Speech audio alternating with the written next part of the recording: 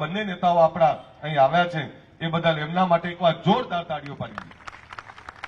ખકડીને પાડીએ એટલે અને એચ.એસ. પટેલ એકવાર ઉભા થાવ. આપણા ઉમેદવાર તરીકે ફરીથી પસંદગી થઈ છે. સાહેબ, આપ બધા નેતૃત્વનો આપણા નેતાઓનો પણ ખૂબ ખૂબ આભાર માનીએ કે સતત લોકો વચ્ચે રહેતા, આપણી ચિંતા કરતા, આપણા લોકો જેવા સામાન્ય માણસની જે રીતે રહેતા એચ.એસ. પટેલ સાહેબની ભારતીય જનતા પાર્ટીના ઉમેદવાર તરીકે પસંદગી થઈ હતી ત્યારે સી.આર. પાટીલ સાહેબનું એક સપનું છે કે 5 લાખથી વધારેની લીડ, તો આપણી ગાંધીનગર દક્ષિણ પણ 1 લાખની લીડ આપે એવી તમારા બધા વચ્ચે હું અપેક્ષા રાખું છું. અને 1 લાખની એટલે અપેક્ષા રાખીએ છીએ કે આ વિસ્તારના કામો, આ નવો વિસ્તાર ડેવલપ થતો આ વિસ્તાર ગાંધીનગર મહાનગરને રૂપાળું બનાવવામાં, વેગવંતુ બનાવવામાં આપણે કોઈ કચાશ નથી રાખી. ત્યારે વધારે વધારે આપણે કામ કર્યું છે. આવનારા સમયમાં વધારે કામ કરશું અને એના દમ ઉપર કહીએ છીએ કે 1 લાખથી વધારે લીડ આપણે બધા ભેગા થઈને અપાઈએ. એ જ વિનંતી સાથે આ બધાનો ખૂબ ખૂબ આભાર. એકવાર જોરદાર જય બોલો ભારત માતા કી જય. અલ્પેશભાઈ કહેતા હતા 1 લાખની લીડ.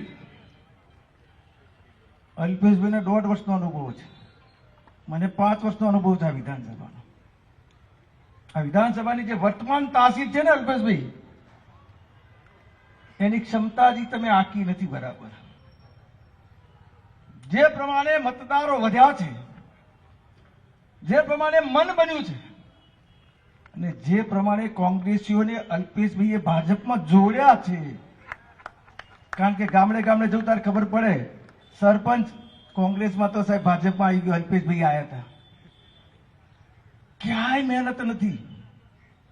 મોદીજી કા કામ और राम जी का नाम चलने वाला है.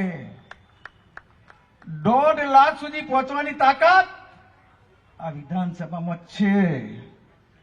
અને મારી 7 વિધાનસભા પૈકી આપને હરિભાઈ આપી છે કે એક જ વિધાનસભા છે વટવા. હરિભાઈ આ 2 વિધાનસભા વચ્ચે થવાની છે. જો ભારતીય જનતા પાર્ટીનો કાર્યકર્તા આયોજન પૂર્વક એક મતદારને મતદાન મથક સુધી લઈ જાય તો ગાંધીનગર દક્ષિણ વિધાનસભાની લીડ 1.5 લાખ આવશે એવા મારા રાજકીય અનુભવના આધારે કહું છું. આપ સૌને મારી એક ઉમેદવાર તરીકે નમ્ર વિનંતી છે, લાગી જાઓ મિત્રો.